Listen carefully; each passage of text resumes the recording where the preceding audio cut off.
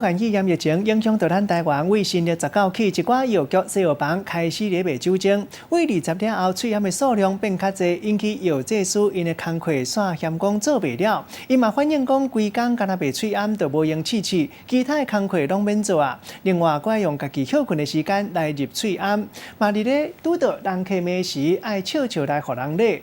药剂师希望政府会当有更加侪相关的配套办法来减轻因的负担。 提批真细腻，甲一箱一箱的酒精搬上车，准备要送去指定的药局。总共1箱24瓶。为2月19开始，全台湾超过5600间特约药局，拢会有酒精通卖。每间药局的量拢有72罐，一罐卖40块，开放给民众去买。不过安尼嘛，互药师的工课变多。以我们药局来讲，我们人力上还足够，所以尚可。可是对很多单人药局来讲的话，势必对他们是一个很大的一个压力跟挑战。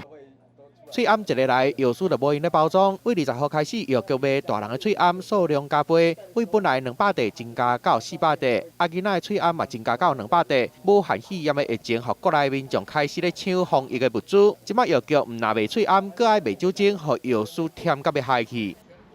酒精口罩，其他的工作都不用做了，都不用做。我们慢签的客人还是要以领慢签为优先。按你说又要分心去发放口罩，也会影响到我们调剂的正确性。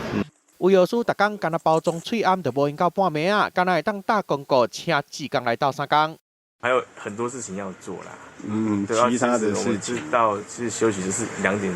差不多到2点才能休息，没有多的时间，所以只能用这样的方式来减少一些工作负担。这样。嘛有真侪药师伫人面前反映讲，无条件配合政策实在真忝。嘛有人算讲，规工拢咧卖喙炎，家己本业的工课拢无法度做，有的民众佫会甲伊骂。叫做辛苦的，嘛是爱做啊。为着防疫，药师全力配合，辛苦干那会当家己吞落腹肚底。那希望政府会当有更加侪配套，嘛希望民众加甲因体谅。记者综合报道。